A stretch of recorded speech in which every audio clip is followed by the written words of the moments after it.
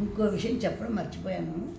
ఇంకోటి విషయం ఏంటంటే మన పిల్లలు తల్లిదండ్రులని ప్రేమిస్తూనే ఉంటారు పిల్లలు. ఓసారి బాధలు వేసినా చేసినా పిల్లల మీద చాలా తల్లిదండ్రుల మీద పిల్లలకు ఉంటుంది, కన్న పిల్లలకి.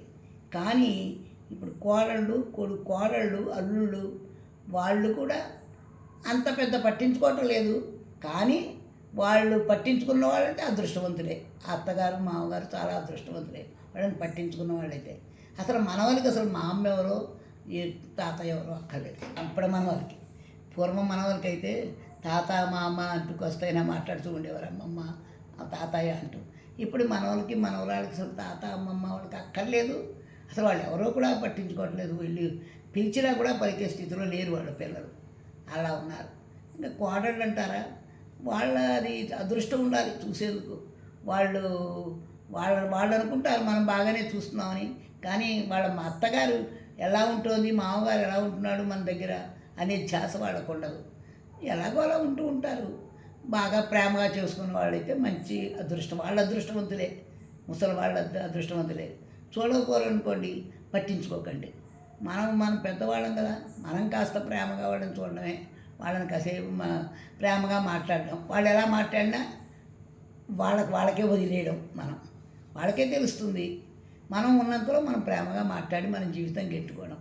కానీ ఎంత అదేనైనా కోడళ్ళు అల్లుళ్ళు ఏమాత్రం కూడా అంత ప్రేమగా చూసేంత రోజులు కావు ఇప్పుడు.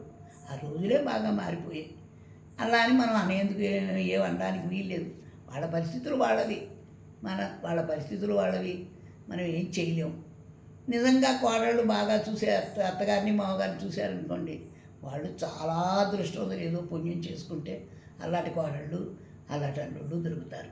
ఎంతో పుణ్యం చేసుకోవాలి వాళ్ళు, మామూలు పుణ్యం కాదు. ఎంతో పుణ్యం చేసుకుంటే అప్పుడు కోడళ్ళు అల్లుళ్ళు మంచివాళ్ళు దొరికి మా అత్తగారు మా మామగారు అంటూ వాళ్ళు ప్రేమిస్తారు. అయితే అంతే, ఏం చేయలేరు. ఇంకేం చేయలేని స్థితి ఇప్పుడు. ఈ పరిస్థితి అలా ఉంది, అన్ని చోట్ల ఉంది ఇలాగే. ఇది నేను ఫ్యాక్ట్స్ చెప్తున్నాను, ఇందులో తప్పు పట్టడానికి ఏం లేదు. ఫ్యాక్ట్స్ చెప్తున్నాను. అద్దెకున్న వాళ్ళు కొంచెం ఇప్పుడు అద్దెకున్న వాళ్ళు ఉన్నారు. నేను నా పరిస్థితి చూస్తున్నాను.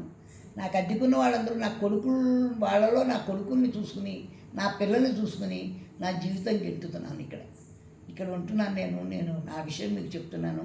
హైదరాబాద్లో ఉంటున్నాను అంటే నేను మా ఇంట్లో, నా సొంత ఇంట్లో ఉంటున్నాను. చాలా పెద్దదాన్ని. కానీ ఎలా అంటే చాలా ఖుషిగా, చాలా ఆనందంగా ఉంటున్నాను. హాయిగా ఉంటున్నాను. చుట్టుపక్కల జనంతో ప్రేమగా ఉండి వాళ్ళతో కొన్ని గెలుచుకుంటున్నాను. అద్దెకున్న వాళ్ళు, ముఖ్యంగా అద్దెకున్న వాళ్ళలోనే మన పిల్లల్ని చూసుకుంటూ ఉంటుంటే వాళ్ళు అస్తమానం అమ్మగారు అంటూ వాళ్ళు కూడా బాగా చూసి అన్నీ చేసి పెడుతున్నారు, తెచ్చి పెడుతున్నారు, చేసి పెడుతున్నారు.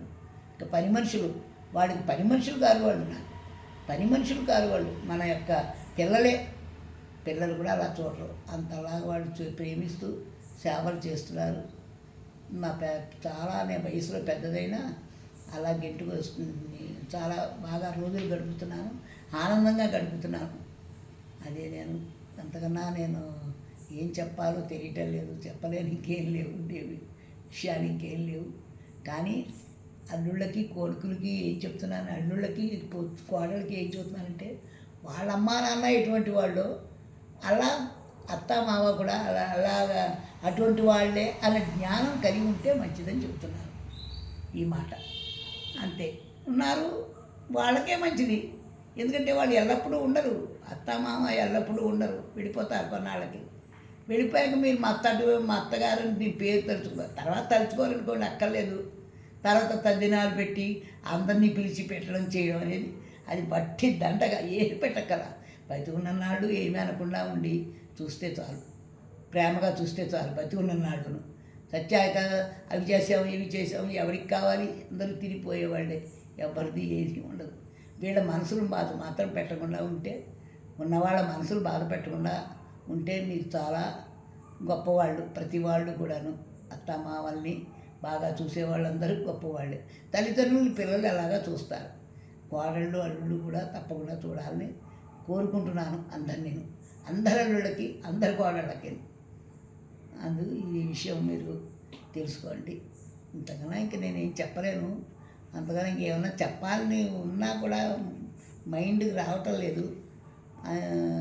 ఇంతకన్నా ఇంకేం చెప్పలేకపోతున్నాను. మంచి ఇట్లు మీ గీతాసాగర్.